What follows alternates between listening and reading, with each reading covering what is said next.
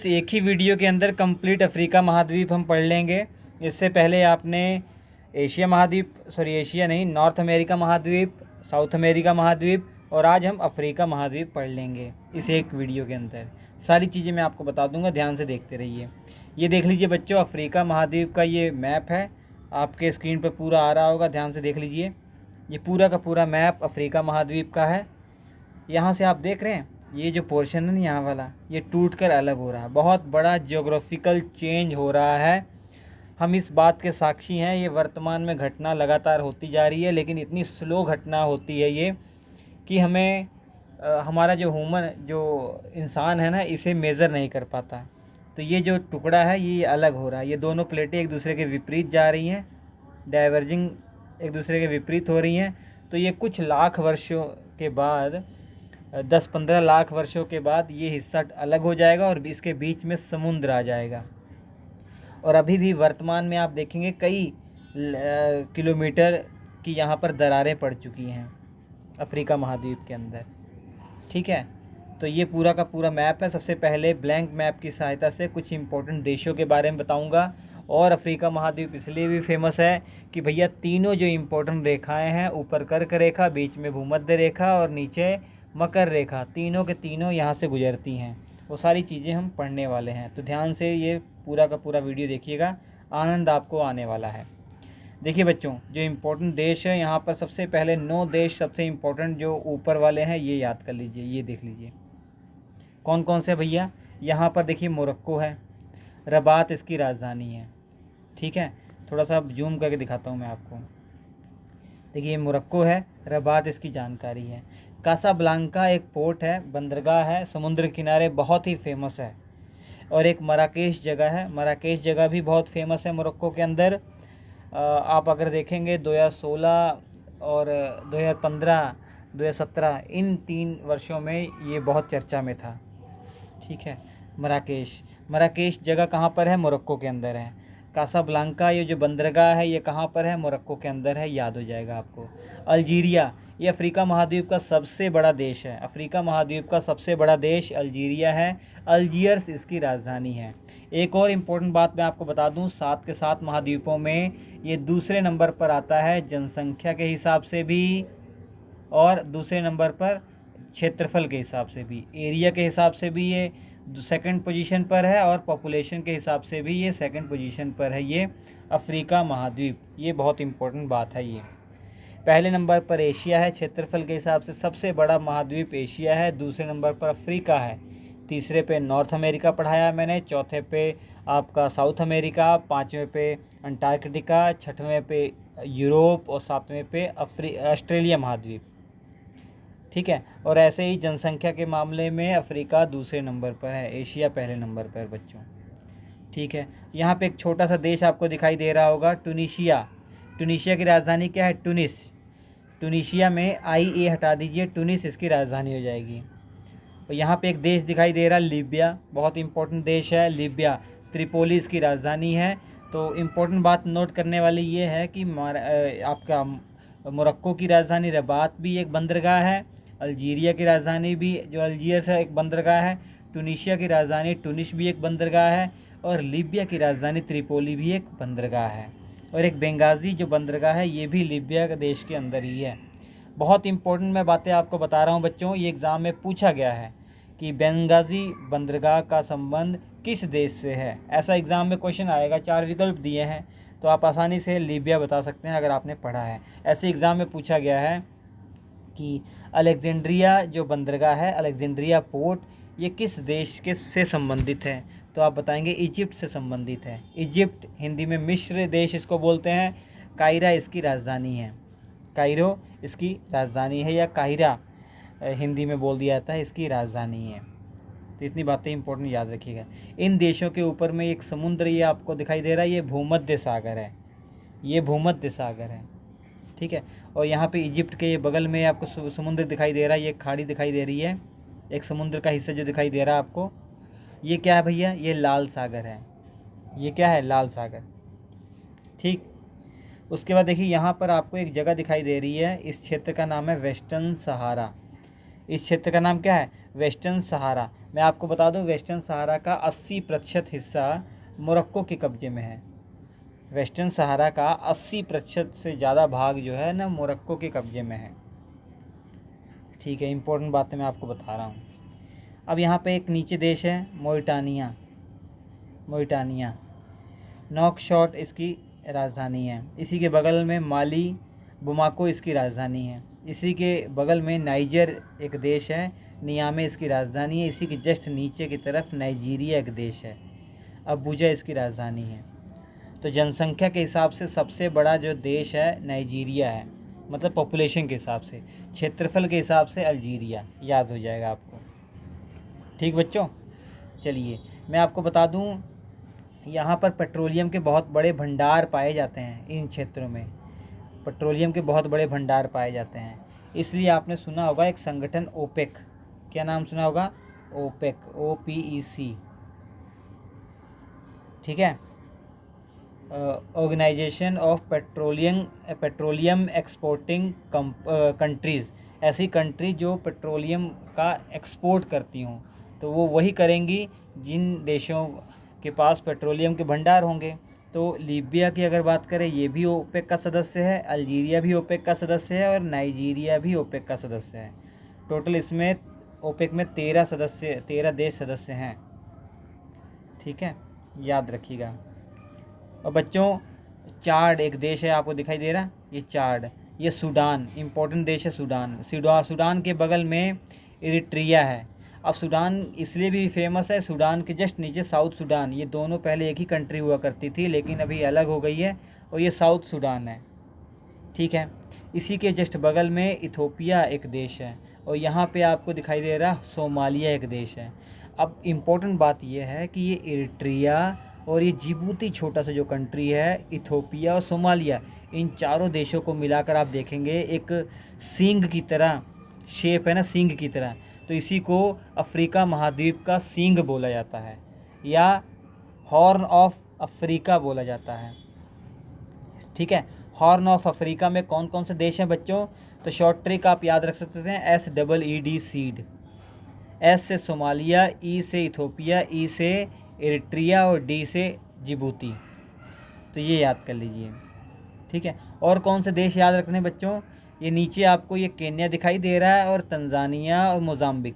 KTM bike आपने सुनी है, तो ये K से केन्या याद रख लीजिए, T से तंजानिया याद कर लीजिए, M से मोजाम्बिक याद कर लीजिए, याद हो जाएगा। KTM ऊपर केन्या, नीचे तंजानिया और उसके नीचे मोजाम्बिक।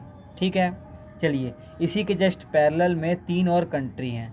यहाँ पे BRU आपने कॉफ़ी पी होगी ज़रूर। एक तो नेस्ले की कॉफ़ी होती है, एक ब्रू की कॉफ़ी होती है।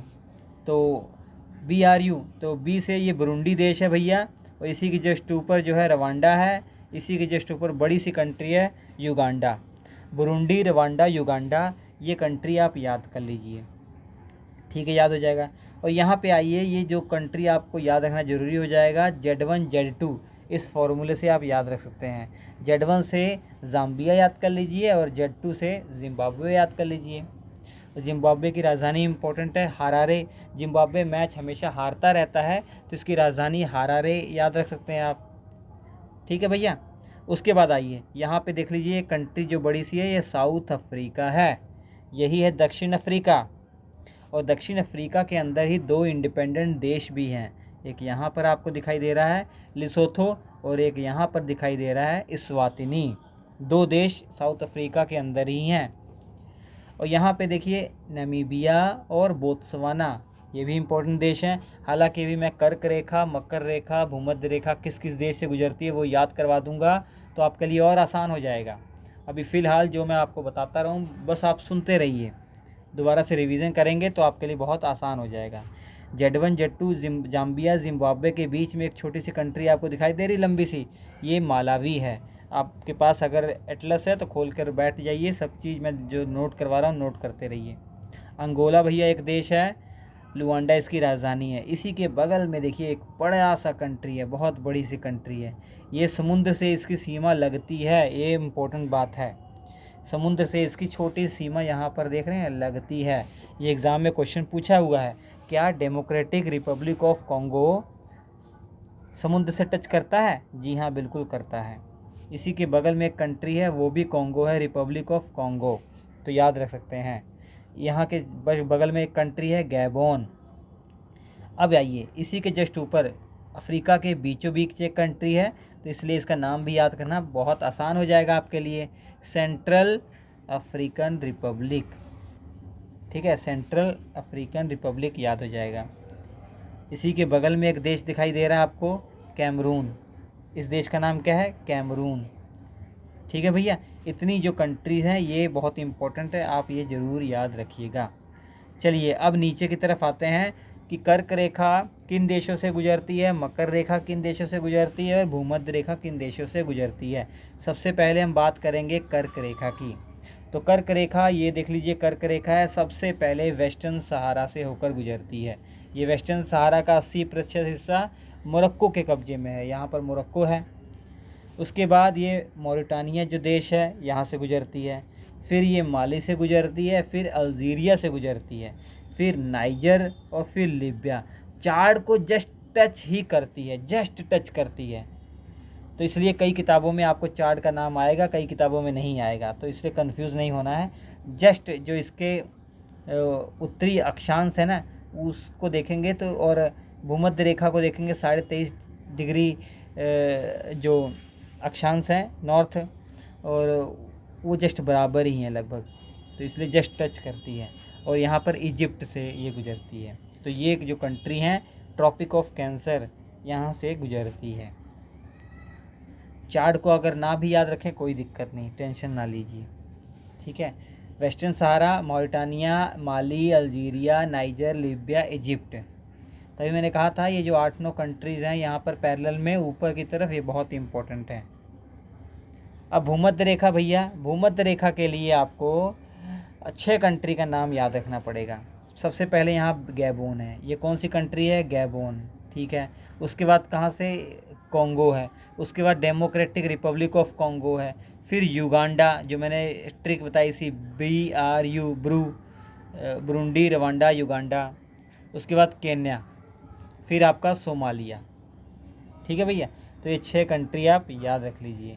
और एक झील है विक्टोरिया झील, ये देख रहे हैं, विक्टोरिया झील बहुत ही फेमस झील है, और ये भूमध्य रेखा पर ही बसी हुई है। भूमध्य रेखा यहाँ से गुजरती है, याद रख लीजिए। और विक्टोरिया झील किन 3 देशों के बीच में है, ये भी बहुत इंपॉर्टेंट है। मैंने आपको बताया था KTM, के ऊपर है, T नीचे है, तो केन्या, तंजानिया और यहाँ युगांडा। ठीक है, 3 देश। और मकर रेखा की बात अगर करें, Namibia, Botswana, south Africa, Mozambique, और ये है मेडागास्कर, एक आइलैंड है, एक देश है। मेडागास्कर अफ्रीका महाद्वीप के अंदर ही आता है। तो ये याद रख लीजिए 5 कंट्री के बारे में, Namibia, Botswana, south Africa, Mozambique और मेडागास्कर। ठीक है भैया, ये एक तरीके से रिवीजन के रूप में आप इसको ले सकते हैं। मैं जल्दी जल्दी बता रहा हूँ, सारी इंपॉर्टेंट बातें फटाफट आपके सामने आ जाएंगी। एग्ज़ाम नज़दीक आ ही गया है UPPCS का, आपको पता ही है। तो मकर रेखा किन देशों से? नामीबिया, फिर बोत्सवाना, साउथ अफ्रीका, मोजाम्बिक, फिर मेडागास्कर। अब झील कौन कौन सी इंपॉर्टेंट है वो आपको बताऊँगा मैं। सबसे इम्पोर्टेंट झील देखिए, सबसे पहले बात आती है इजिप्ट की। इजिप्ट और सूडान, ज़्यादातर ये इजिप्ट वाले क्षेत्र में है। इस लेक का नाम है नसीर लेक। यहाँ से आप अभी मैं आपको पढ़ाऊँगा नील नदी के बारे में, तो नील नदी के रास्ते में ही ये झील है। नील नदी के रास्ते में ये एक झील है, नसीर लेक इसका नाम है। आगे चलकर इसी नदी पर एक बांध बना हुआ है, बहुत इम्पोर्टेंट बांध है, इसका नाम है आसवान बांध। क्या नाम है? आसवान बांध। नसीर लेक इसलिए इम्पोर्टेंट है भैया, ये मानव निर्मित है। ये क्या है? मानव निर्मित है, नील नदी पर है। इम्पोर्टेंट बात याद हो जाएगा, वेरी गुड।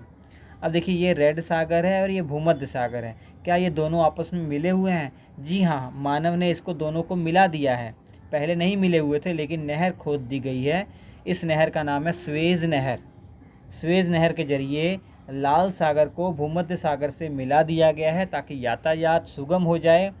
और इसी स्वेज नहर के ऊपर बहुत सारी रास्ते में झीलें हैं। तो स्वेज नहर को बड़ा करके मैंने देखिए यहाँ पर बनाया हुआ है ऐसे।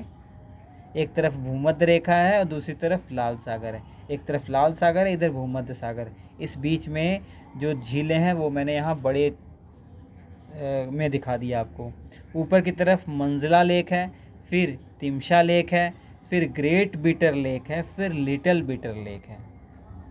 4 याद हो जाएंगी, 4 में 2 तो अभी याद होगी आपको, ग्रेट बीटर लेक और फिर नीचे लिटिल बीटर लेक है।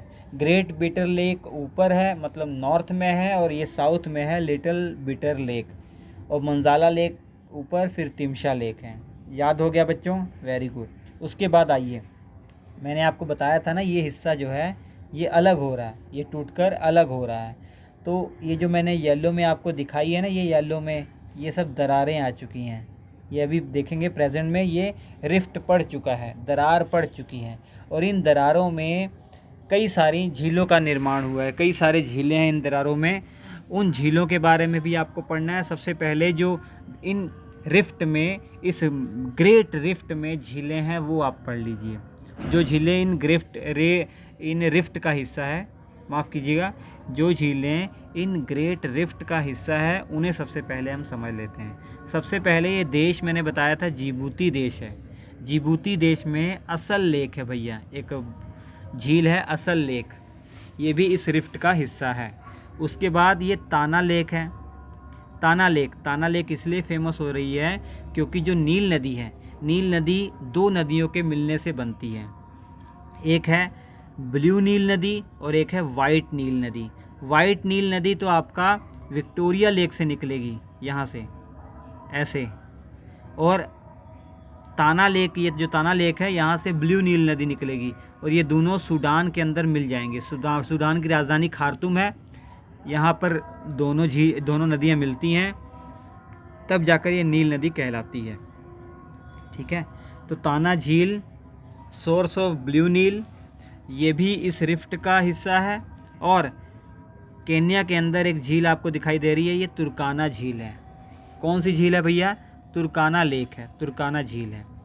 ठीक है, अब इम्पोर्टेंट बात देखिए, क्या एग्ज़ाम में क्वेश्चन पूछा हुआ है, क्या ये जो विक्टोरिया लेक है, ये विक्टोरिया लेक है इस ग्रेट रिफ्ट के ऊपर है? तो जवाब है नहीं, ये जो विक्टोरिया लेक है इस दरार के ऊपर उपस्थित नहीं है, इम्पोर्टेंट है। और यहाँ पर कौन सी लेक है भैया? 2 लेक बहुत इंपॉर्टेंट है, ऊपर एल्बर्ट है और नीचे की तरफ एडवर्ड लेक है। ये दोनों की दोनों युगांडा और डेमोक्रेटिक रिपब्लिक ऑफ कॉन्गो के बॉर्डर पर स्थित है। और उसके बाद एक बहुत ही फेमस लेक, तंगनईका लेक, ये 4 देशों में उपस्थित है भैया। यहाँ पर तो कॉन्गो है और नीचे ज़ाम्बिया है और यहाँ पे तंजानिया है, ऊपर ये बुरुंडी है। तो बुरुंडी, कॉन्गो, ज़ाम्बिया और तंजानिया 4 देशों में स्थित है।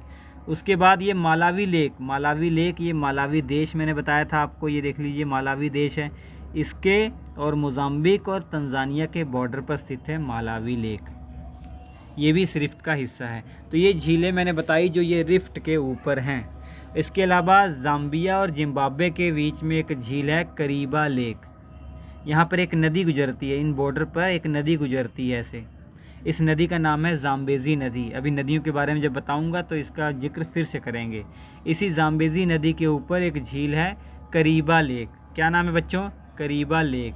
ठीक है, उसके बाद यहाँ आइए, 4 देशों के बीच में एक और लेक है, चाड लेक। चाड नाम का एक देश भी है। तो ये जो लेक है चाड देश के नाम से ये चाड लेक। तो ये 4 देशों के बीच में कौन कौन से देश हैं? पहला चाड, दूसरा नाइजर और तीसरा नाइजीरिया और चौथा कैमरून। ठीक है भैया, याद हो जाएगा। उसके बाद यहाँ आइए, ये देश है घाना। घाना के बीच में एक बड़ी सी लेक है वोल्टा लेक।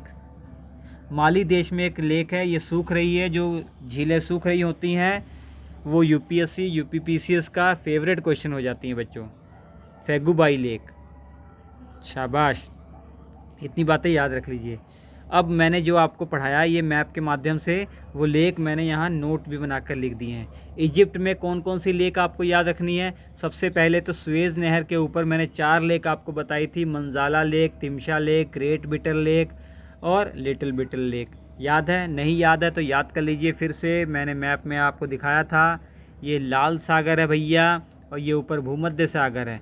इसको मिलाया गया है मानव के द्वारा, स्वेज नहर बनाई गई है, और स्वेज नहर के बीच में 4 जो झीलें हैं, मंजाला, तिमशा, ग्रेट बिटर और लिटिल बिटर लेक। और इजिप्ट में कौन सी लेक है ये देख लीजिए, नसीर लेक है। तो ये भी मैंने लिखा हुआ है, बहुत इम्पोर्टेंट नोट्स हैं ये। अगर नोट्स आपको चाहिए बच्चों तो श्री एजुकेशन एप्लीकेशन पर ऐसे कंप्लीट नोट्स जीएस के मिल जाएंगे। श्री एजुकेशन बेहतरीन नोट्स हैं, या 7888774245 पर आप कांटेक्ट करके ये ऐसे क्लास नोट्स पा सकते हैं कंप्लीट जीएस के। अब देखिए नसीर लेक बताया था मैंने, नील नदी के ऊपर है, इजिप्ट और सूडान में, थोड़ा सा सूडान में इसका हिस्सा है लेकिन मुख्य तौर पर इजिप्ट में है, और ये मानव के द्वारा निर्मित है बच्चों। आगे चलकर नील नदी के ऊपर इसी लेक के जस्ट ऊपर आगे की तरफ एक डैम बना हुआ है, आसवान डैम, इम्पोर्टेंट है। विक्टोरिया झील जो अफ्रीका महाद्वीप की सबसे बड़ी झील है, और एक कैसी झील है भैया, मीठे पानी की है, खारा पानी नहीं है, समुद्र का पानी नहीं है, मीठे पानी की झील है। तो अफ्रीका महाद्वीप की सबसे बड़ी झील है और विश्व की तीसरे नंबर पर सबसे बड़ी मीठे पानी की झील है, और ये भूमध्य रेखा पर स्थित है, ये भी मैंने बता दिया। 3 देश कौन कौन से हैं, केन्या और तंजानिया और युगांडा। और ये महान भ्रंश घाटी का हिस्सा नहीं है, याद रख लीजिए, ये महान भ्रंश घाटी पर स्थित नहीं है। देख लीजिए कहाँ पर है ये यहीं पर तो है विक्टोरिया झील, ऊपर ये युगांडा है, बगल में देश केन्या है, और नीचे ये तंजानिया। तो सारी चीज़ें ऐसे याद होनी चाहिए। और ग्रेट रिफ्ट के जो हिस्से हैं वो झीलें कौन कौन सी हैं, सबसे पहले तंगनईका झील। तंगनईका झील अफ्रीका महाद्वीप की दूसरी सबसे बड़ी मीठे पानी की झील है। पहली तो विक्टोरिया है, अफ्रीका की सबसे गहरी झील है, और विश्व की दूसरी सबसे गहरी झील है भैया, याद रख लीजिए। ये तंगनईका झील बहुत इंपॉर्टेंट है, 4 देशों में है, Tanzania, Burundi, democratic Republic of Congo और ज़ाम्बिया। अब मैं आपको बता दूं इसको कहाँ पर है, ये मैंने आपको बताया होगा ऑलरेडी। ये तंगनईका बड़ी सी झील आपको दिखाई दे रही है, 4 देश, कॉन्गो, ज़ाम्बिया, तंजानिया और ये बुरुंडी, ठीक है, ग्रेट रिफ्ट का हिस्सा है। जो ग्रेट रिफ्ट के हिस्से हैं, जो सबसे इम्पोर्टेंट झील है वो मैंने पहले बताई है आपको। एडवर्ड और एल्बर्ट दोनों साथ में थी, कॉन्गो और युगांडा के बॉर्डर पर थी। एडवर्ड और एल्बर्ट देख लीजिए कौन सी ऊपर है, ये भी इम्पोर्टेंट है। देखिए ये ऊपर की तरफ कौन सी है, एल्बर्ट, नीचे एडवर्ड, ठीक है भैया। चलिए इसके बाद मालावी झील भैया, मालावी देश मैंने बताया था, और बगल में तंजानिया, मोजाम्बिक देश में भी ये फैली हुई है मालावी झील, बहुत इम्पोर्टेंट है। ये देख लीजिए आपकी मालावी झील है, ये मालावी झील है, ठीक है। थोड़ा सा साफ करके इसको दिखाते हैं, हाँ देखिए मालावी झील है, और देश यहाँ पे मालावी देश है, यहाँ पे कौन सा देश है, तंजानिया और मोजाम्बिक, 3 देश हैं, 3 देशों का ही नाम मैंने यहाँ लिखा हुआ है, मालावी, तंजानिया, मोजाम्बिक, ठीक है। तुर्काना झील भैया केन्या के अंदर है, मैंने बता ही दिया आपको, केन्या में तुर्काना झील है ऊपर की तरफ। ताना झील जहाँ से भैया ब्लू नील नदी निकलती है, ये ताना झील है, इथोपिया के अंदर है। अस्साल झील कहाँ पे है, ये जिबूती में है। वोल्टा लेक, अब मैं दूसरी लेकों की बात कर रहा हूँ जो इस ड्रिफ्ट का हिस्सा नहीं है। वोल्टा लेक कहाँ पे है, घाना देश के अंदर है। चाड झील 4 देशों में बताया था, चाड, नाइजर, नाइजीरिया और कैमरून। करीबा झील Z1 Z2 के बीच में ना, मतलब ज़ाम्बिया और जिम्बाब्वे के बीच में करीबा झील है। किस नदी पर है, ज़ाम्बेज़ी नदी पर है, मानव निर्मित है, विश्व की सबसे बड़ी आयतन के अनुसार है, मानव निर्मित, मानव के द्वारा निर्मित विश्व की सबसे बड़ी जो झील आयतन के अनुसार, ठीक है, पानी जिसमें ज़्यादा है वो, ऐसे क्षेत्रफल नहीं, जैसे एक ये झील है, एक ये झील है, ये झील अगर ज़्यादा गहरी है, इसमें ज़्यादा पानी आ रहा तो ये आयतन के अनुसार ये बड़ी हो जाएगी। देखिए प्रमुख पर्वत श्रेणियाँ और जो चोटियाँ हैं वो भी हमें पढ़नी है।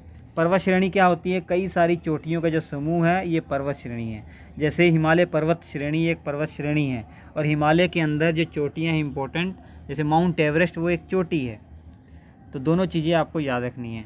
सबसे पहले ये देख लीजिए, पर्वत श्रेणी आपको दिखाई दे रही है, बहुत फेमस पर्वत श्रेणी है एटलस पर्वत श्रेणी। एटलस पर्वत श्रेणी है, ये किन किन देशों में है ये इंपॉर्टेंट है। 3 देशों के नाम याद रख लीजिए, मोरक्को है, अल्जीरिया है और आपका ये तुनीशिया है। ठीक है, एटलस पर्वत श्रेणी है। और इस एटलस पर्वत श्रेणी की सबसे ऊंची चोटी कौन सी है? तोबकाल, 4167 मीटर है। 4167 मीटर इसकी हाइट है, जो इसकी सबसे ऊंची चोटी है एटलस पर्वत की। लेकिन अगर ये पूछा जाए भैया कि पूरे की पूरी अफ्रीका महाद्वीप की सबसे ऊंची चोटी कौन सी है, तो ये किलीमंजारो है। तंजानिया देश देख रहे हैं, किलीमंजारो चोटी 5895 मीटर, ये सबसे ऊंची चोटी है किसकी? इस पूरी अफ्रीका महाद्वीप की।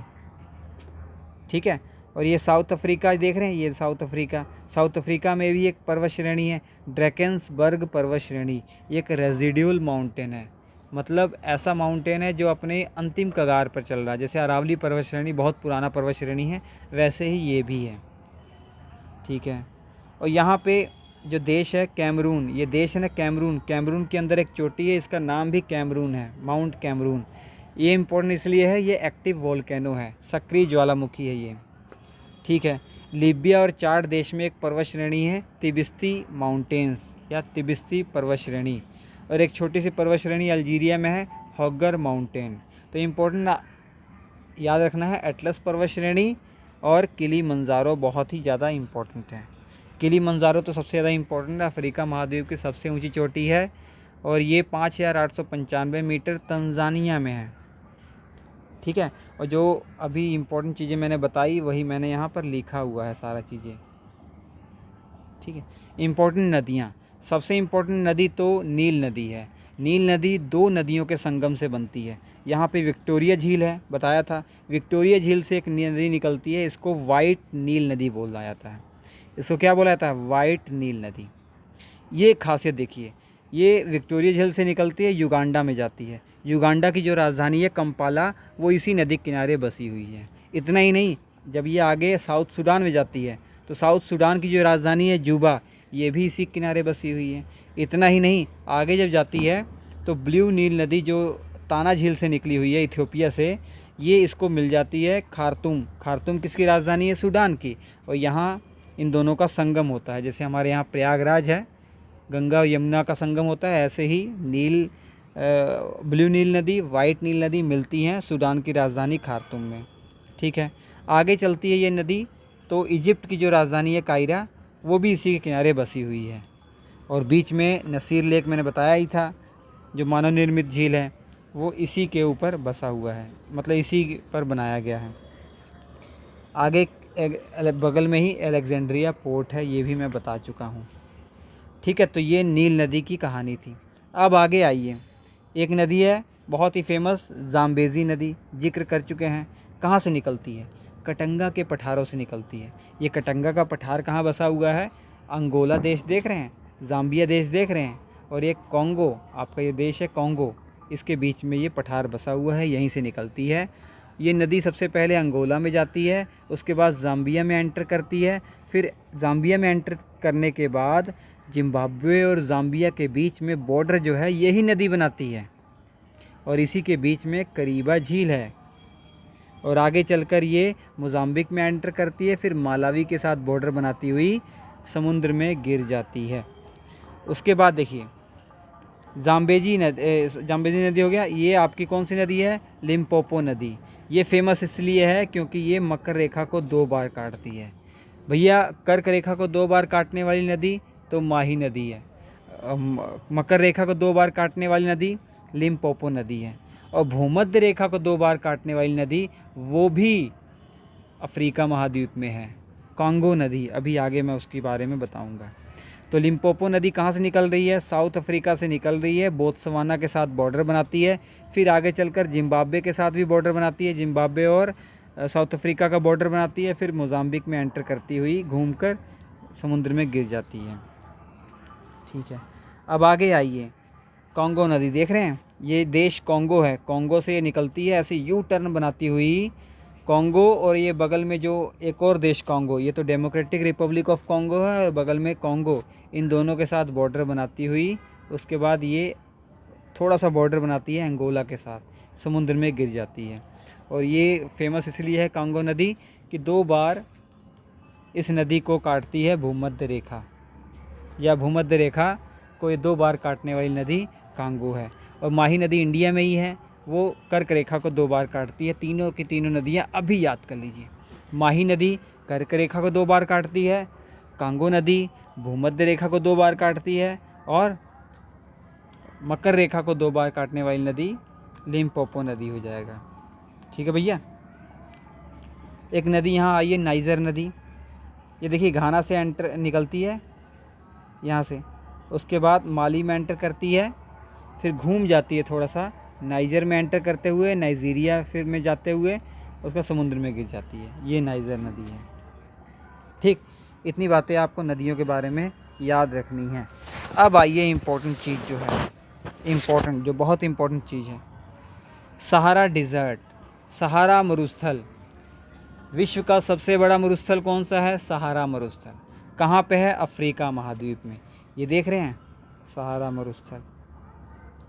ठीक है, देखिए सहारा मरुस्थल। कौन कौन से देश सहारा मरुस्थल, जो सहारा मरुस्थल है वो किन किन देशों में है? तो मोरक्को में देख लीजिए, वेस्टर्न सहारा ये मोरक्को का ही हिस्सा है, हालांकि 80% हिस्सा मोरक्को के कब्जे में है। मौरिटानिया, अल्जीरिया, तुनीशिया, लीबिया, माली, नाइजर, चाड, इजिप्ट, सूडान और थोड़ा सा इरिट्रिया भी है। याद रखिए थोड़ा सा इरिट्रिया भी है। ये है आपका मरुस्थल है, सूखा हुआ क्षेत्र। और इसी के जस्ट नीचे हरियाली वाला क्षेत्र है। तो नीचे हरियाली है, ऊपर सूखा हुआ है, तो बीच वाला क्षेत्र कैसे होगा? संक्रमणीय होगा, मतलब ना सूखा होगा और ना ही ज़्यादा हरियाली वाला होगा, मतलब एक तरीके से संक्रमणीय होगा। मतलब सूखे से ऊपर से नीचे आएंगे तो सूखे से हरियाली की तरफ जा रहे हैं, तो अर्ध शुष्क आप बोल सकते हैं। शुष्क मतलब सूखा हुआ, अर्ध शुष्क मतलब आधा सूखा हुआ क्षेत्र। ठीक है बच्चों, तो इसको बोलते हैं, इस क्षेत्र को बोलते हैं साहेल क्षेत्र। साहेल क्षेत्र क्या हो जाएगा? तो सहारा जो डिज़र्ट है और नीचे जो आपकी हरियाली वाला क्षेत्र है, ठीक है, जो फॉरेस्ट वाला क्षेत्र है, इसके बीच का जो अर्धशुष्क क्षेत्र, इसी को साहेल क्षेत्र बोला जाता है। तो ये क्या है? अर्धशुष्क क्षेत्र।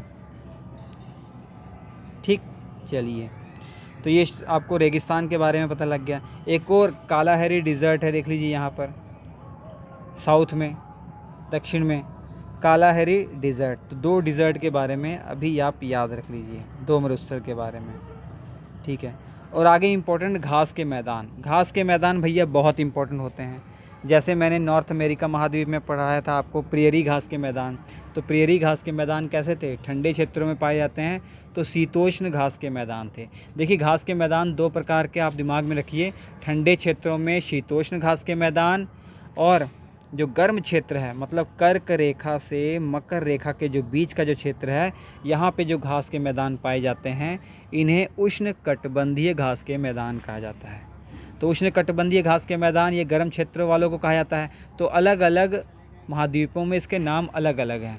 और जैसे ठंडे क्षेत्रों में कर्क रेखा से ऊपर और मकर रेखा से नीचे जो घास के मैदान हैं, इनको शीतोष्ण घास के मैदान बोला जाता है, ट्रॉपिकल। ठीक है, सॉरी टेम्परेट। और जो गर्म क्षेत्रों में उनको ट्रॉपिकल घास के मैदान। तो अलग अलग क्षेत्रों में इनका अलग अलग महाद्वीपों में अलग अलग नाम है। जैसे जो टेम्परेट घास के मैदान अगर नॉर्थ अमेरिका में पूछा जाए, जो शीतोष्ण घास के मैदान नॉर्थ अमेरिका में, इनको क्या कहा जाता है? तो प्रेयरी कहा जाता है। और साउथ अमेरिका में क्या कहा जाता है? पंपास कहा जाता है। ऐसे ही अफ्रीका महाद्वीप में जो ठंडे क्षेत्रों में घास के मैदान पाए जाते हैं, जिन्हें शीतोष्ण घास के मैदान कहा जाता है, और इनका नाम क्या है इस अफ्रीका महाद्वीप में? वेल्ड। क्या नाम है? वेल्ड।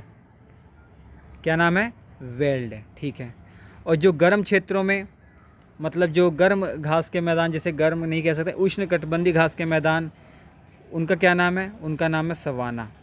सवाना घास के मैदान ये एक उष्णकटिबंधीय घास के मैदान है। तो सवाना और वेल्ड 2 याद रखेंगे आप। ठीक है भैया, तो ये थी सभी इम्पोर्टेंट बातें इस अफ्रीका महाद्वीप में। इसके नोट्स आपको श्री एजुकेशन पर मिल जाएंगे। कोई भी डाउट हो तुरंत आप कमेंट करके पूछ सकते हैं। ये एक रिवीजन के तौर पर वीडियो बनाया गया था, जल्दी से जल्दी ये मैंने कवर किया एक ही वीडियो में कंप्लीट। आपको ये समझ में आ गया होगा अगर पहले से आपने पढ़ रखा होगा।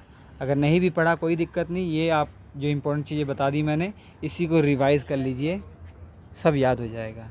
इसके class note Shri education application पर मिल जाएंगे। और आप एप्लीकेशन ना डाउनलोड कर पाएँ तो 7888774245 पर कांटेक्ट करके इसके नोट्स पा सकते हैं। हम आपसे मुलाकात करेंगे अगले एपिसोड में। तब तक के लिए नमस्कार।